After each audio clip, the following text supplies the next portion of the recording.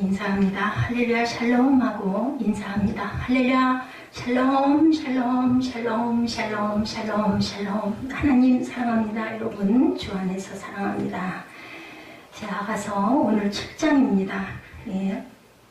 신령한 교제를 하나님과 나누는 그런 아주 아름다운 모습이 나타나 있죠. 신부의 적극적인 노력으로 5장에서 갈등을 잠깐 했었어요. 신부가 나 귀찮고 나 씻었고 나 발을 다시 흙묻히기 싫고 안 나갈래 그러고 했다가 그만 잠깐 사이에 다시 쫓아나가 보니까 신랑이 없어져 버렸어요. 그래서 온 성안을 뒤지다가 아주 좋지 않은 그런 경우를 겪는 부분이 5장에 나타나죠. 내가 잘지라도 마음은 깨었는데 하고 얘기합니다. 1절에 나의 사랑하는 자의 소리가 들리는구나. 2절이죠. 문을 두드려 이르기를 나의 누이 나의 사랑 나의 비둘기 나의 완전한 자야 문을 열어다오. 내 머리에는 이슬이 내 머리털에는 밤이슬이 가득하다. 신랑이 문 열어달라고 얘기하는데 신부가 3절에 5장 3절에 내가 옷을 벗었으니 어찌 다시 입겠으며 내가 발을 씻었으니 어찌 다시 더럽히랴마는 이렇게 하고 망설였어요. 그리고는 내 사랑하는 자가 문틈으로 손을 들이밀매 내 마음이 움직여서 문을 열고 싶어서 손을 들여미니까 내 마음이 움직여서 6절에 내가 내 사랑하는 자를 위하여 문을 열었으나 그는 벌써 물러갔네. 그래가지고 성안 성곽으로 쫓아나가죠. 7절에 보니까 성안을 순천하는 자들이 나를 만남에 나를 쳐서 상하게 하였고 성벽을 파수하는 자들이 나의 겉옷을 벗겨 가졌도다. 그래서 이스라엘 딸들에게 호소하죠. 8절에 예루살렘 딸들아 너에게 내가 부탁한다. 너희가 내 사랑하는 자를 만나거든 내가 사랑함으로 병이 났다고 해주렴 하고 하소연하는 부분이 5장에 나타나 있습니다. 그리고 6장에 지난주에는 여자들 가운데 어여쁜 자야 내 사랑하는 자가 어디로 갔는가 내 사랑하는 자가 어디로 돌아갔는가 우리가 너와 함께 찾으리라. 예루살렘 여인들이 너와 함께 찾자. 술람 여인에게 이렇게 말하는 부분이 나타나서 이제 화합하는 내용. 이제 17장에는 신부의 적극적인 노력으로 말미암아 사랑의 갈등을 이겨내고 사랑을 다시 회복한 이 부부는 튼튼하고 돈독한 성숙한 사랑을 하는 내용이 7장에 나타나 있습니다. 신부인 술람미 여인의 아름다움이 어떻게 하나의 춤으로 드러나면서 궁중에 있는 여인들의 찬사와 신랑인 왕의 감탄을 받게 되는 칭찬을 받는 내용이 7장에 아름답게 그려지죠. 이런 과정을 거치면서 이제 두 사람의 사랑은 완전하고 성숙한 관계로 들어가고 있습니다. 예루살렘 여인들이 그것을 보고 아주 칭찬을 하는 모습이 나타나죠. 춤을 추고 있는 그 신부를 칭찬합니다. 7장에 보니까 1절에 귀한 자에 따라 신을 신은 내 발이 어찌 그리 아름다운가 내 넓적다리는 둥글어서 숭늉공에 손이 만든 구슬꿰미 같구나 막 이렇게 굉장히 칭찬을 하죠. 배꼽은 섞은 포도주를 가득히 부은 둥근 장 같고 허리는 백합화로 들은 밀당 같구나. 그 목은 상아망대 같구나. 눈은 헤스본 바드란빛 문 곁에 있는 연못 같고 코는 담의색을 향한 레바논 망대 같구나. 머리는 갈면산 같고 드리운 머리털은 자줏빛이 있으니 왕이 그 머리카락에 매었구나. 정말 너는 너무너무 아름답다. 이렇게 칭찬을 하는 거예요. 여인들은 신을 신는 술람미 여인의 발의 아름다움을 이렇게 칭찬하고 둥근 넓적다리를 정교한 구슬꿰미로 비유를 합니다. 이는 우아하게 춤추는 술람미 여인의 유연하고 아름다운 모습을 나타내기 위한 것이었다. 2절에 이어서 여인들은 신부의 배꼽이 섞은 포도주를 가득히 본 둥근 장 같다. 어때요? 배꼽이 약간 들어갔죠? 그 전에 그 미인들은 요즘처럼 그렇게 날씬하게 바짝 마른 그런 미인의 모습이 아니라 약간 통통하게 살이 오른, 그러니까 배꼽이 쏙 들어갔으니까 술장 같다 이렇게 표현을 합니다. 그녀의 허리가 백합화로 들은 밀당과 같다고 이렇게 노래를 하죠. 발에 신을 신긴다. 누가복음 15장 22절에 보면 아버지는 종들에게 이르되 제일 좋은 옷을 내어다가 입히고 손에 가락지를 띄우고 발에 신을 신기라. 누가 도망갔다가 재산 다 탕진하고 돌아온 아들에게 아버지가 이렇게 손에다 금가락지 끼우고 발에다 새신 신기고 비단 옷을 입히라고 이렇게 얘기하죠. 평안의 복음에 예비한 신발이라고 에베소서 6장 15절에도 평안의 복음이 준비한 것으로 신을 신고 이렇게 나타나 있습니다. 신부의 이목구비에 대해서 엄청 칭찬을 하죠. 3절에서부터 3절에서 신부의 두 유방을 암사슴의 쌍태 새끼로 비유를 합니다. 가슴에 이어 4절에는 신부의 이목구비를 다양한 비유로 칭찬하는 부분이 나타나죠. 4절에 보니 7장 4절에 뭐라고 그랬어요? 목은 상아망대 같고 눈은 헤스본 바드락 민 문 곁에 있는 연못 같고 코는 다메섹을 향한 레바논 망대 같다. 그리고 머리카락도 아주 칭찬을 많이 하는 부분이 나타납니다. 발에서부터 가슴까지 사정에 나타나 있는 비유와 비슷하게 관능적인 묘사를 하고 있는데 이목구비는 관능적인 묘사보다 신부의 순결한 기품을 강조하고 있습니다. 성숙한 사랑은 육체적이기보다는 뭐예요? 정신적이거나 아니면은 내면적인 면에 가깝다. 어때요? 쌍태 노루새끼 아가서 4장 5절에 내 두 유방은 백합밭 가운데 꿀을 먹는 쌍태 어린 사슴 같다라고 이렇게 표현하고 있습니다. 신부의 머리는 또 어떻다고 그래요? 술람 여인의 발에서부터 이목구비 이르기까지 극찬한 예루살렘 여인들은 그녀의 머리 부분을 또한 비유해서 극찬하는 부분이 5절에 그녀의 머리는 갈멜산과 같고 그리운 자줏빛 머리털은 왕을 매료시켰다고 아름다움을 마음껏 찬양합니다. 갈멜산은 이스라엘 북쪽 해변에 위치하고 있는데 숲이 아름답게 우거지기로 유명하다고 그래요. 비옥하고 또한 풍성한 땅이다. 기름진 땅이에요. 특히 갈멜산은 헤스몬 산 다음으로 높기 때문에 웅장하고 장엄한 분위기를 갖추고 있는 그러한 산입니다. 예루살렘 여인들은 술람 여인의 아름다움에 감탄할 뿐만 아니라 그녀에게 아주 아낌없는 찬사를 붓죠. 아름다운 갈멜과 샤론이라고 이사야 35장 2절에도 무성하게 피어 기쁜 노래로 즐거워하며 레바논의 영광과 갈멜과 샤론의 아름다움을 얻을 것이라. 그때 여호와의 영광 곧 우리 하나님의 아름다움을 보이리라. 이렇게 나타나 있습니다. 머리이신 그리스도에 대해서 에베소서 4장 15절에는 오직 사랑 안에서 참된 것을 하여 범사에 그에게까지 자랄지라. 그는 머리니 곧 그리스도라. 예수 그리스도는 어때요? 오직 사랑 안에서 참된 것을 범사에 자라게 지킬지라. 그는 예수 그리스도시다. 우리의 머리라는 거죠. 교회의 머리이기도 합니다. 신부를 기뻐하는 솔로몬 왕이 또한 등단을 하죠. 신부의 아름다움을 예찬을 합니다. 솔로몬은 신부된 술람 여인의 아름다움을 구체적으로 비유하며 예찬하죠. 솔로몬은 자신의 감정도 감격으로 벅차올라 어찌할 바를 모르고 있음을 사랑하라는 외침으로 표현하고 있습니다. 6절이죠. 사랑은 내가 어찌 그리 아름다운지 어찌 그리 화창한지 나를 즐겁게 하는구나. 이렇게 칭찬을 합니다. 사랑의 표현은 정적인 것만은 아니죠. 사랑하는 사람은 즐거움이 있으며 기쁨을 느끼게 된다. 너무 좋아하죠? 좋아하면 어때요? 막 보고 있어도 또 보고 싶고 시간 가는 줄도 모르고 너무나 기쁘죠. 누구든지 가장 위대하신 분의 사랑을 받는 자가 된다는 것은 정말 너무 기쁘고 감사할 일이다. 어여쁘고 어여쁘다. 아가서 1장 15절에 내 사랑아 너는 어여쁘고 어여쁘다. 내 눈이 비둘기 같구나 라고 표현하고 있습니다. 비둘기는 뭐를 상징해요? 순결을 상징합니다. 왕이 사모하는 아름다움이다. 시편 45편 11절에 그리하면 왕이 내 아름다움을 사모하실지라. 그는 내 주인이시니 너는 그를 경배할지라. 우리는 주인에게 경배하죠. 하인들이 주인에게 항상 무릎 꿇혀서 머리 숙이고 경배합니다. 이렇게 하나님은 예수 그리스도는 우리의 주인이다. 그렇기 때문에 우리는 경배해야 된다. 지금 예배를 드리는 모습도 경배하는 모습입니다. 종려나무와 같은 신부라고도 또 예찬을 하죠. 솔로몬은 신부의 발부터 머리까지 비유를 들어서 신부의 아름다움을 이렇게 아낌없이 예찬을 합니다. 8절에 신부의 키는 종려나무와 같고 그의 유방은 그 열매 송이와 같다. 이렇게 예찬을 합니다. 술라미 여인의 키를 종려나무에 비유함으로 그녀의 키가 매우 크다는 것을 보여주죠. 종려나무가 아주 잘 자란다고 그래요. 굉장히 빠르게 자란다고 그러죠. 종려나무는 중동 지방에서 발견되는데 키가 크고 우아한 모습을 갖추고 있습니다. 또한 종려나무는 성장 속도가 빠르고 그 성장 결과가 굉장히 대단하다. 이는 그리스도의 영적인 성장을 예표한다고 생각할 때 우리에게 또한 큰 교훈을 주십니다. 의인의 번성, 시편 92편 12절에 의인은 종려나무같이 번성하며 레바논의 백향목같이 성장하리로다. 이렇게 증거하고 있습니다. 의인은 종려나무같이 쑥쑥 크는 나무처럼 번성하고 레바논의 백향목같이 성장한다. 백향목은 절대로 벌레가 먹지 않는 그런 아주 단단한 나무라고 그러죠. 절대로 휘거나 구부러지지를 않는다고 합니다. 아주 곧고 아주 씩씩한 그런 나무다. 사랑 가운데 뿌리가 박혔다. 에베소서 3장 17절에 믿음으로 말미암아 그리스도께서 너희 마음에 계시게 하시었고 너희가 사랑 가운데 뿌리가 박히고 터가 굳어졌다. 이렇게 증거합니다.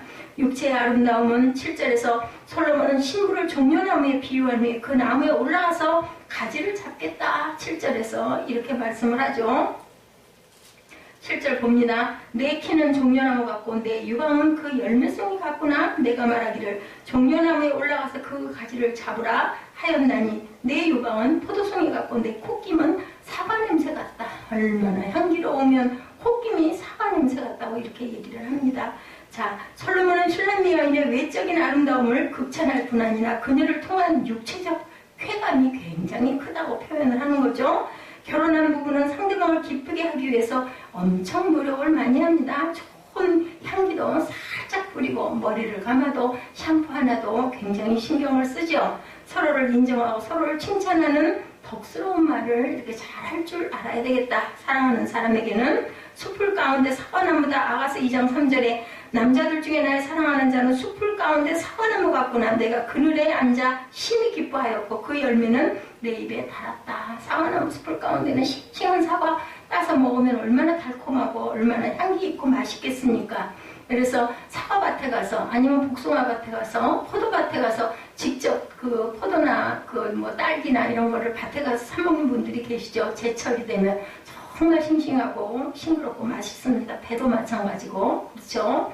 그리스도를 아는 냄새다. 고린도후서 2장 14절에 항상 우리를 그리스도 안에서 이기게 하시고 우리로 말미암아 각처에서 그리스도를 아는 냄새를 나타내시는 하나님께 우리는 감사해야 된다. 이렇게 증거되어 있습니다.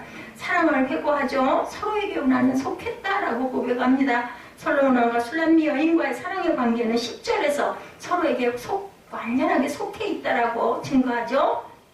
슐람미 여인은 나는 나의 사랑하는 자에게 속하였구나. 10절에 봅니다. 나는 내 사랑하는 자에게 속하였도다. 그가 나를 사모하는구나. 11절에 내 사랑하는 자여 우리가 함께 들러가서 동네에서 유숙하자. 유숙이 뭐예요? 동네에서 자자는 얘기예요. 거기서 하룻밤 자자는 그런 이야기를 하고 있습니다. 이제 신부는 자신과 왕을 동등한 입장으로 보지 않고 자신이 그 속에 온전하게 합일되었어. 나는 당신 안에 내가 있어. 이 얘기를 서로가 하는 거죠. 결코 일방적이지 않습니다. 서로 연합되어질 때 깊은 경지로 나아가게 됩니다. 사랑하는 자에게 속했다. 아가서 2장 16절에 사랑하는 자는 내게 속하였고 나는 그에게 속하였도다. 그가 백합밭 가운데 양떼를 먹이는구나. 이렇게 증거되어 있죠. 하나님께 속했다고 사도행전 27장 23절에 내가 속한 바고 내가 섬기는 하나님의 사자가 어젯밤에 내 곁에 서서 말한다. 이렇게 증거되어 있어요. 내가 섬기는 하나님의 사자, 내가 속한 바 된 하나님, 이렇게 얘기합니다. 단 둘만의 교제를 원하죠. 사랑하는 사람들은 옆에 누구 있는 거 원치 않아요. 둘이만 있고 싶어요. 슐람미 여인에 대한 솔로몬의 예찬과 사랑에 대한 확인으로 둘의 사랑은 이제 절정에 이르릅니다. 이렇게 사랑이 절정에 이르게 되자 슐람미 여인은 솔로몬 왕에게 단둘만의 시간을 갖자. 그래서 동네에 들어가서 유숙하자라고 얘기를 하죠. 그리고 신부는 단둘이 교제하기 위한 장소로 소박한 시골을 선택합니다. 11절에 그녀는 소란스럽고 사람이 많은 도시를 떠나서 신랑과 둘만의 깊이 교제를 만끽할 수 있도록 시골로 교제 장소를 정합니다. 하나님과 교제하기를 원하는 성도의 신앙생활도 이와 같아야 합니다. 일어나서 함께 가자 그러죠. 아가서 2장 10절에 나의 사랑하는 자가 내게 말하여 이르기를 나의 사랑은 내가 어여쁜 자야. 일어나서 함께 가자. 강권하여 함께 유하로 들어갑니다. 누가복음 24장 29절에 그들이 강권하여 이르되 우리와 함께 유하사이다. 때가 저물어가고 날이 이미 기울었나이다 하니 이에 그들과 함께 유하로 들어가시더라. 예수께서도 이렇게 밤에는 쉬러 들어가시기도 하셨다. 누가 주변에 있는 사람들이 예수님을 날이 저물면 주무시고 가세요. 이제 그만 좀 쉬세요 하고 이렇게 유숙하기를 이렇게 권했다라는 거죠. 나의 사랑을 내게 주겠다. 신부는 자신의 사랑을 고백하면서 솔로몬 왕이 함께 들러가서 동네에 유숙하자라고 초청을 합니다. 12절에서 신부는 신랑인 왕에게 포도원으로 가서 포도움이 돋았는지 꽃술이 퍼졌는지 석류꽃이 피었는지 보자고 하면서 거기서 자신의 사랑을 주겠다고. 무슨 얘기예요? 들에 나가서 포도밭에 가서 포도움도 피었나 보고 같이 데이트 신청하는 거예요. 산책하자고 얘기를 하는 거죠. 그래서 아가서 7장 12절에 내 사랑하는 자야 우리가 함께 들러가서 동네에서 유숙하자. 주밖에 사모할 자가 없죠. 시편 73편 25절에 하늘에서는 주 외에 누가 내게 있으리요 땅에서는 주밖에 내가 사모할 자가 없나이다 라고 이렇게 시편 기자도 고백을 합니다. 우리 7장에서 솔로몬과 술람미 여인의 사랑이 깊은 경지에 도달하는 모습을 보았죠. 이제 그들은 뗄래야 뗄 수 없는 관계가 되어버렸어요. 그리스도와 우리 관계도 이러한 그리스도의 사랑에서 우리가 뗄 수 없는 관계가 돼야 되겠다. 오늘 말씀은 술람미 여인의 간절한 소원이 담긴 그러한 말씀입니다. 그리고 이 말씀은 우리에게 주시는 주님의 권고이기도 하지만 우리 영혼의 소리이기도 하다. 나는 사랑하는 자에게 이렇게 속했다라고 고백했다는 거죠. 첫째로 술람미 여인은 자신의 소속을 확인하고 있습니다. 하나님의 자녀들은 이렇게 예수 안에 나는 가지고 포도나무다라고 말씀하시죠. 가지가 어디에 붙어 있어야 된다고 그래요? 포도나무에 붙어 있어야 된다고 합니다. 나는 나의 사랑하는 자에게 속하였구나. 그가 나를 사모하는구나. 10절 본문입니다. 술람미 여인의 이런 고백은 아가서에 3번이나 나타납니다. 그 이유는 시골 여성이 하루아침에 왕후가 되었다는 것이 믿어지지 않기 때문에 너무 생각할수록 꿈 같다는 거예요. 너무 감탄을 하는 겁니다. 그래서 그는 불안하고 그래서 그는 자신의 신분을 또 한 번 확인하고 또 확인하고 이게 꿈이야? 생시야? 진짜? 맞아? 이러는 거죠. 불안을 해소하고 있습니다. 그런데 그는 단순히 자기 소속에 대한 자기 확신만을 가지고 이런 독백을 하는 것이 아니라 확실한 근거를 가지고 있다는 거예요. 그 근거는 바로 솔로몬의 사랑에 있습니다. 솔로몬이 누구예요? 예수 그리스도시죠. 그래서 그가 나를 사모하는구나라고 고백합니다. 사모한다는 말은 뭐예요? 나 너무 사랑한다는 거죠. 연모한다는 거죠. 그리워한다는 그런 뜻을 갖고 있습니다. 사랑하는 마음으로 그를 사모한다는 뜻인데 이런 사랑에 기대어 술람미 여인은 자기의 위치를 확인하고 있습니다. 우리 사랑할 때 자꾸 물어보잖아요. 너 나 사랑해? 너 나 좋아해? 우리 맞아? 우리 커플 맞아? 뭐 이렇게 얘기하죠. 우리 사귀는 거 맞아? 이 얘기를 하는 거예요. 자, 그러면 그가 솔로몬의 사랑을 확인하는 방법은 무엇이었을까? 그것은 솔로몬을 믿고 그의 고백을 믿는 거다. 예를 들면 하나님의 말씀을 우리가 정말 믿고 굳게 믿고 나간다라는 거예요. 절대로 의심하지 않는다. 내 상황이 아무리 어렵다 할지라도 하나님께서 말씀하셨으니까 나는 믿어. 그런 마음을 가져야 된다. 자, 세상의 모든 것을 다 잃는다고 해도 주님이 사랑하시고 주님이 나와 함께 하시고 그리고 또한 하나님께서 나와 동행하시면 나는 절대로 이 소망을 잃지 않을 거야. 이런 고백을 할 줄 알아야 되겠다. 그런데 반대로 세상의 모든 것을 다 가졌다 해도 주님이 함께 나와 함께 하시지 않는다면 모든 것은 아무 소용이 없는 거죠. 주님이 사랑하시고 함께 하시는 것을 우리가 어떻게 확인할 수 있는가? 주님의 말씀을 믿는 그러한 믿음이다. 주님은 우리를 사랑하신다는 말씀을 어디다가 성경에 남겨놓으셨습니다. 요한복음 3장 16절 우리 다 아시죠? 하나님이 세상을 이처럼 사랑하사 독생자를 주셨으니 이는 저를 믿는 자마다 멸망치 않고 영생을 얻게 하려 함이라. 뭐하는 자마다? 믿는 자마다. 주님이 이 세상에 오신 목적도 하나님의 사랑을 우리에게 보이기 위해서 오셨어요. 사랑의 실천을 하기 위해서 그 죄를 살해야 될 텐데 어떻게 할 수가 없으니까 예수께서 대신 죽으시죠. 물로 피로 그죠? 다 씻어서 우리 죄를 깨끗게 하여 주셨어요. 사람의 행위에서 난 것이 아니고 사람의 행위를 했다가는 자랑할까 봐서 하나님이 선물로 우리에게 주셨다라고 나타나 있습니다. 우리가 아직 죄인 되었을 때 그리스도께서 우리를 위하여 죽으심으로 하나님께서 우리에게 대한 자기의 사랑을 확증하셨다. 로마서 5장 8절이죠. 그리고 이것을 믿는 믿음이 있으면 소속은 분명하지만 이것을 믿지 못하면 소속을 확인할 길이 없어요. 자기의 소속이 내가 누구인지, 내가 누구의 아들인지, 나는 어디 사는지, 내 생년월일은 몇 월 며칠인지, 그죠? 내 주소가 어딘지 분명히 자기의 소속을 정확하게 알고 있어야 된다. 저와 여러분은 하나님을 믿고 그의 말씀을 믿으십니까? 그리고 그 말씀에 근거해서 주님이 여러분을 사랑하시고 여러분이 함께 하시는 것을 믿으십니까? 이 질문을 각자에게 해보시기 바랍니다.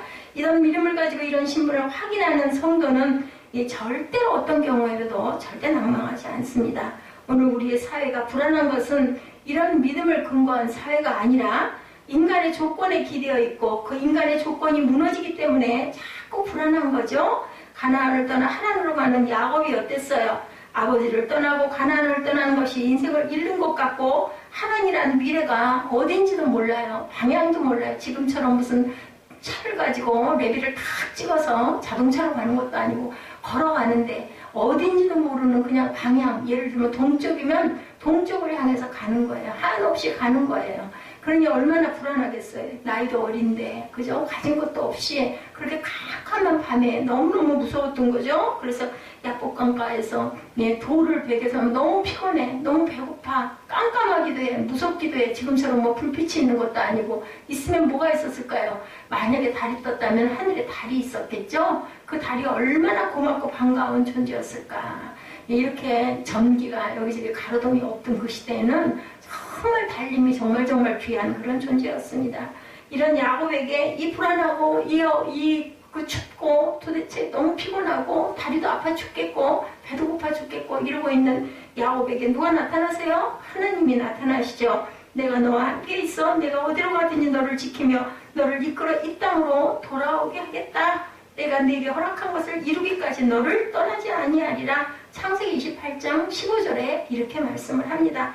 하나님이 함께 하신다는 약속을 받은 야곱은 어때요? 아침에 일어나가지고 너무 기분이 좋은 거죠.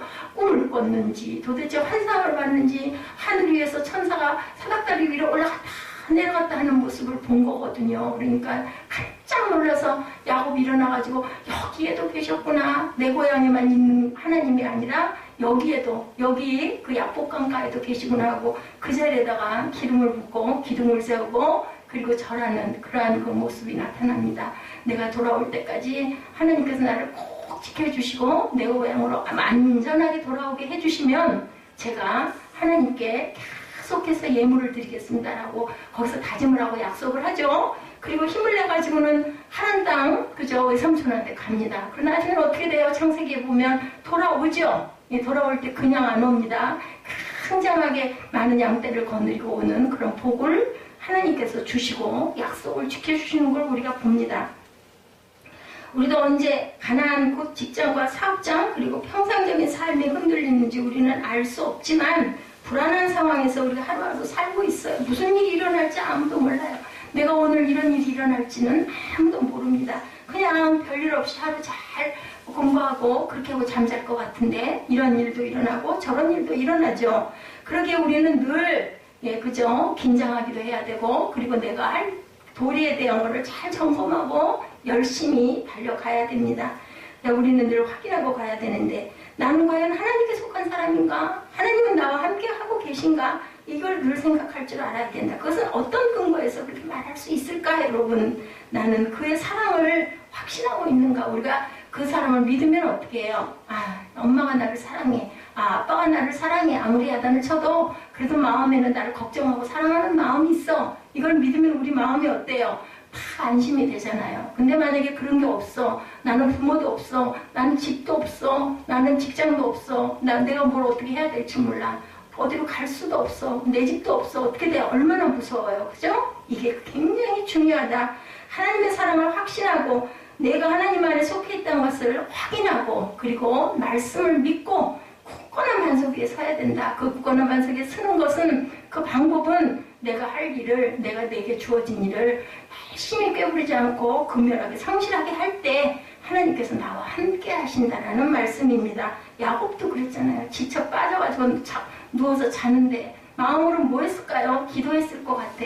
야곱은 굉장히 약삭 빠르고 거짓말도 잘하고 그런 아들이긴 했지만 한 가지, 그죠? 하나님의 그 사랑을 굉장히 원했던 아들이었어요. 그래서 뭐예요? 팥죽 한 그릇으로 장자권을 사기도 하잖아요. 에서한테 네 축복을 그러면 나를 다 줘. 그럼 내가 이거 팥죽 줄게. 그래가지고 팥죽 한 그릇에 장자권을 샀던 그런 야곱. 그러니까 다른 건 다 부족했지만 하나님 사랑을 굉장히 갈구했던 야곱에게 하나님께서는 나타나세요. 우리가 사랑하면 하나님은 늘 나타나십니다. 그래서 함께 들러가서 그는 솔로몬에게 속한 것을 확인하면서 다음과 같은 것을 오늘 본문에서 제시하죠. 오늘 보면 11절입니다. 나의 사랑하는 자여 우리가 함께 들러가서 동네에서 유숙하자. 아까 우리 한번 쭉 주석을 읽었지만 들러가서 동네에 유숙하자는 것은 아무도 없는 황량한 들판으로 가자는 뜻이 아니라 뭐라 그래요? 복잡하고 사람 많고 복닥거리는 그런 곳 말고 조용한 곳, 한적한 곳, 너와 나 둘이만 있을 수 있는 곳에 갑시다 하고 슐라미 여인이 솔로몬 왕에게 요청을 하는 부분이 나타났죠. 사람들은 젊어서 도시에서 돈을 벌어서 나이가 들면 어떻게 해요? 시골, 전원, 자연 있는 곳 가가지고 집을 짓고 조용하게 지내고 싶어 하시는 분들이 굉장히 많습니다. 그래서 거기서 인생을 마치고 싶다. 그래서 우리 삼성아파트가 그 평수가 크죠. 바로 산 밑에 있고 이제 뭐 들어가고 나갈 때 조금 학생들에게는 그 좀 번거롭기는 하지만 공기도 좋고 조용해요. 아파트가 평수가 커요. 그런데 되게 어떤 분들 나이 드신 부모님들이 거기에 많이 사십니다. 그래서 명절 때 되면 그 아파트 그 동에는 정말 주차장도 좁은데 차들이 빠져나가는 게 아니라 차들이 와서 모여요. 왜? 어른들이 계시기 때문에 명절에 인사하러 오는 거죠. 조그만 평수의 집들은 차가 비어요. 주차장이 텅텅. 왜? 어른들 찾아뵈러 시골로 어디로 막 가니까. 그렇기 때문에 조용하고 한적한 곳이 나이가 드신 분들은 자연을 가까이 대하고 거기는 어때요? 공기가 좋죠. 솔향이 납니다. 그거 딱 올라가면 느껴져요. 저 아래 그 삼성아파트 입구에 버스 정류장 거기 산책로예요. 거기만 가도 벌써 냄새가 나요. 무슨 냄새? 나무 냄새. 굉장히 공기가 좋은 곳이다.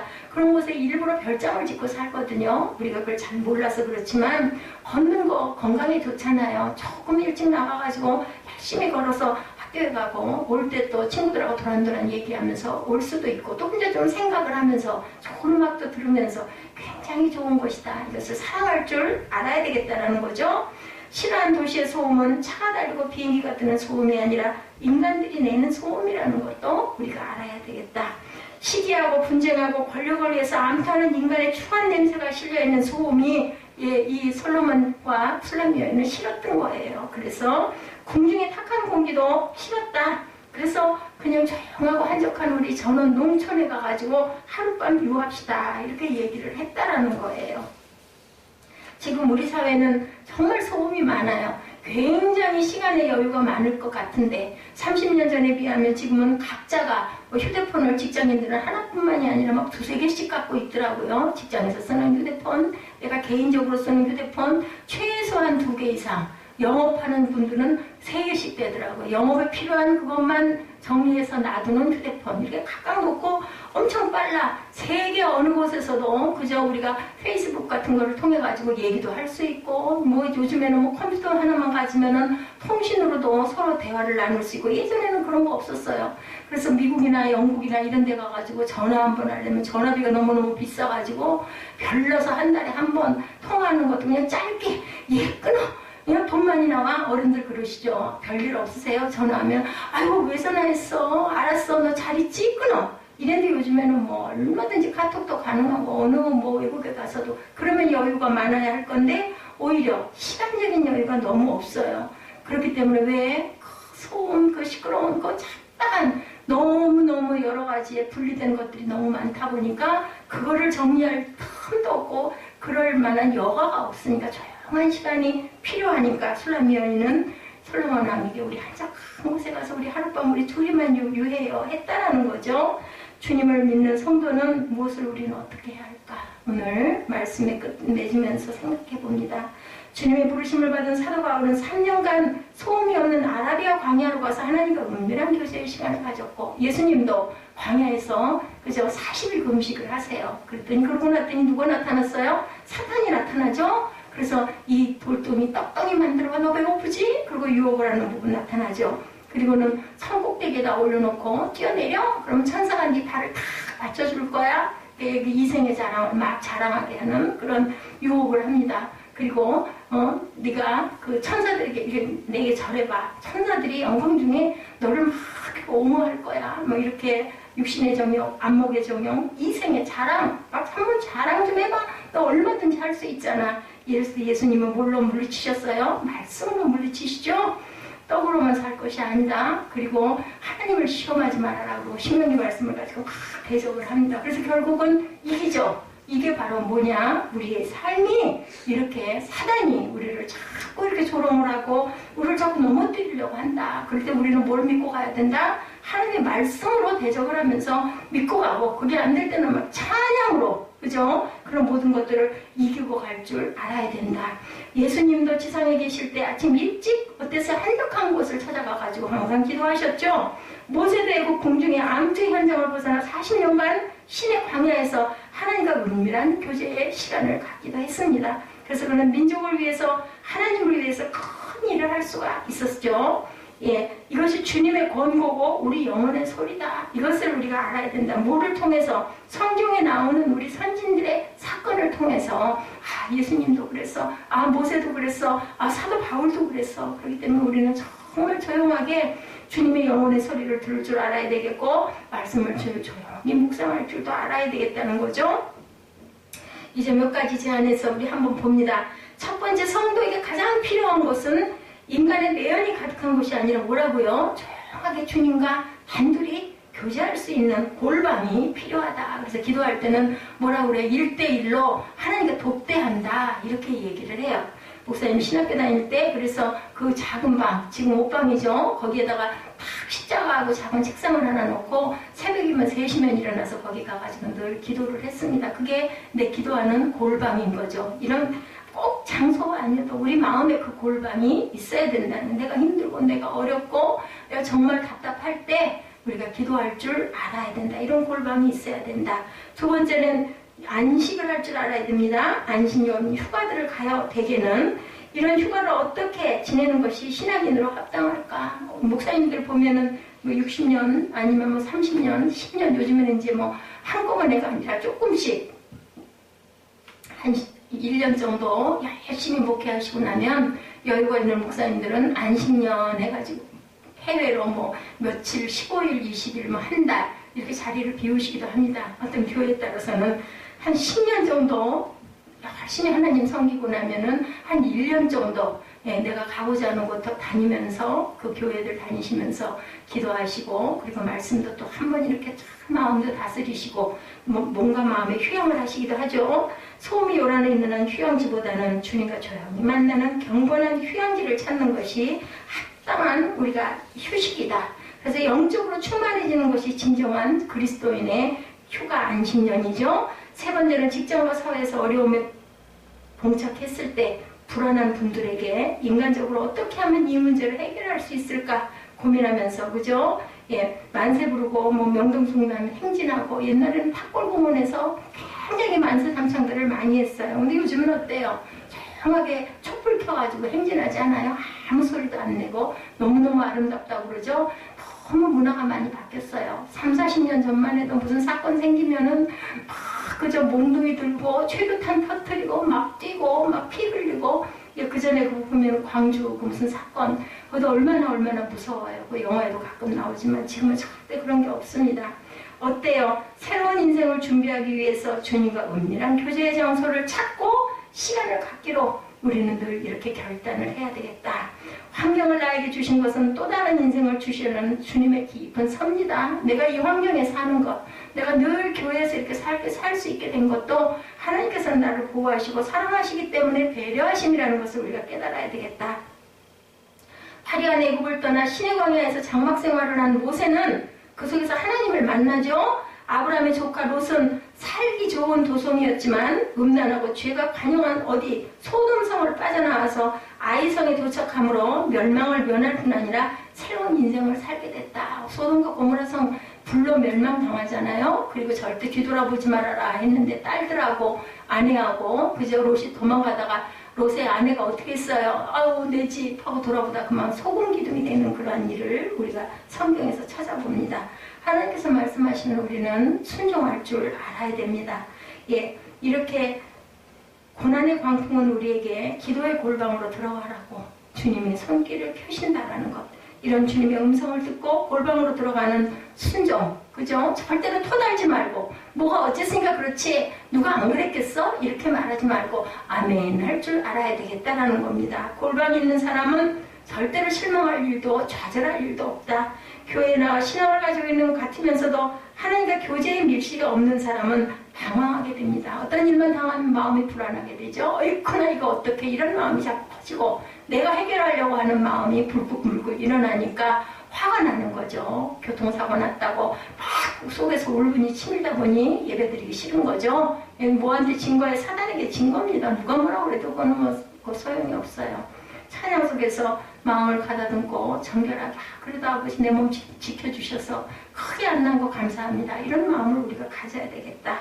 포도의 um이 돋았는 거 하죠. 우리 일찍 일어나 포도원으로 가서 12절이죠. 포도 um이 돋았는지 꽃술이 퍼졌는지 성류꽃이 피었는지 보자. 거기서 내가 나의 사랑을 내게 주리라 이렇게 얘기합니다. 술람미 여인은 아침 일찍 일어나 포도원으로 가서 포도 um이 돋았는지 꽃술이 피었는지 살펴야 한다라고 합니다. 포도원의 영적 의미는 뭐예요? 교회예요. 교회. 따라서 교회 일찍 나온다는 것은 새벽 기도를 한다라는 그러한 뜻이에요. 포도 um이 돋았는지 꽃술이 피었는지 살핀다는 것은 교회에서 자신의 영적 상태를 살펴볼 줄 알아야 된다는 겁니다. 하나님은 우리 믿는 성도 한 사람 한 사람을 극상품 포도나무로 생각하고 계십니다. 그래서 주님이 말씀하시죠. 요한복음 15장 5절 말씀이죠. 나는 포도나무여 너희는 가지니 저가 내 안에 내가 저 안에 있으면 이 사람은 과실을 많이 맺나니 나를 떠나서는 너희가 아무것도 할 수 없습니다. 어디 붙어 있어야 된다고? 포도나무에 가지가 붙어 있어야 아름다운 포도송이를 맺을 수 있다는 거죠. 포도나무에 가지가 붙어 있지 않으면 그 열매 맺겠어요? 나무도 메말라가지고 결국은 던져서 어디다 불쏘시개로 써버리죠. 요즘은 뭐 불쏘시개는 합니까? 그냥 버리는 거죠. 우리가 예수를 믿는 성도와 세상 사람들과는 생각하는 바가 전혀 달라야 된다는 겁니다. 세상 사람들은 자신의 노력으로 성공도 실패도 하는 줄 알고 그렇게 살지만 고난도 위기도 자신의 힘으로 헤쳐나가려고 하지만 절대 그렇게 해서는 안 된다. 예수를 믿는 사람들은 우리는 하나님의 주권을 믿기 때문에 고난 속에서도 하나님의 뜻이 있고 그리고 어떠한 속에서도 하나님이 우리를 피할 길을 내신다는 것을 굳게 믿고 가야 된다. 그래서 먼저 그의 나라와 그의 의를 구하면서 믿음의 우미도 꼿꼿이 피도록 해야 된다. 그의 나라와 그의 의를 구하는 게 뭐예요?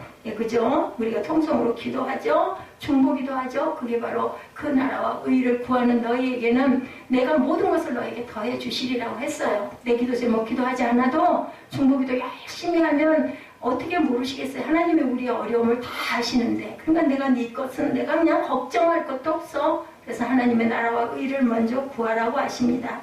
기도하고 말씀을 묵상하면서 나에게 향하신 하나님의 뜻을 찾고 그동안 먹고 사는 세상의 일 때문에 뒤처졌던 신앙을 회복하고 기도 생활을 회복하면서 하나님의 사랑을 받을 만한 사람이 되도록 신앙의 um이 돋게 해야 되겠다.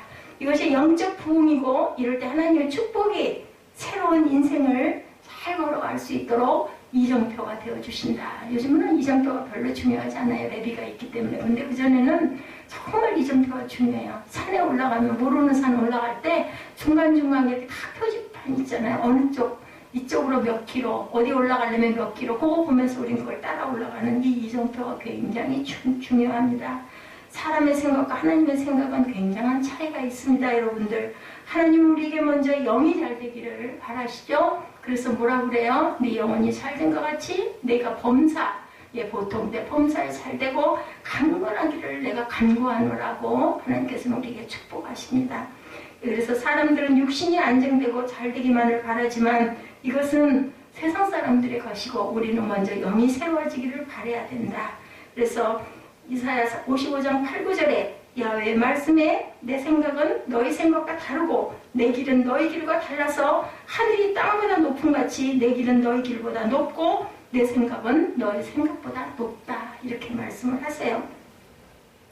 우리의 인간적인 생각, 우리의 고집, 우리의 욕심을 비우고 하나님의 말씀에 온전하게 순종함으로 인하여서 그 아름다운 포도송이에 맺혀있는 순을 온전한 순을 발견하시고 그리고 그 순 속에 어떻게 꽃이 피었는지 꽃술이 있는지 잘 열매 맺겠는지 그것을 바라보시는 도대체 나의 그 영적인 신앙 상태가 어떠한가를 항상 점검하시는 저와 여러분 되시기를 주님의 이름으로 축복합니다. 기도하시겠습니다. 하나님 감사합니다. 나는 포도나무여 너희는 가지니 저가 내 안에 내가 저 안에 있으면 이 사람은 과실을 많이 맺나니 나를 떠나서는 너희가 아무것도 할 수 없음이니라. 우리 일찍 일어나 포도원으로 가 포도 um이 돋았는지 꽃술이 퍼졌는지 성류꽃이 피었는지 보자. 거기에서 내가 내 사랑을 네게 주리라. 합한 제가 향기를 뿜어내고 우리의 문 앞에는 여러 가지 귀한 열매가 새것 묵은 곳으로 마련되었었구나. 내가 내 사랑하는 자 너를 위하여 쌓아둔 것이로다. 하나님께서는 저희를 위해서 이렇게 많은 축복을 쌓아놓으신 줄 믿습니다. 아버지 말씀 속에 귀한 의미를 저희들 깨닫고 아버지 의심하지 않고 주님 실망하지 않고 절망하지 않고 두려워하지 않고 아버지께서 이 아름다운 선물들을 많이 쌓아놓으신 그것을 바라볼 줄 아는 믿음의 하나님의 자녀들 다 되게 하여 주시옵소서. 감사드리옵고 예수 그리스도의 이름 받들어 감사하며 기도드렸사옵나이다. 아멘. 우리 결단하시고 축도로 예배를 마치도록 하겠습니다.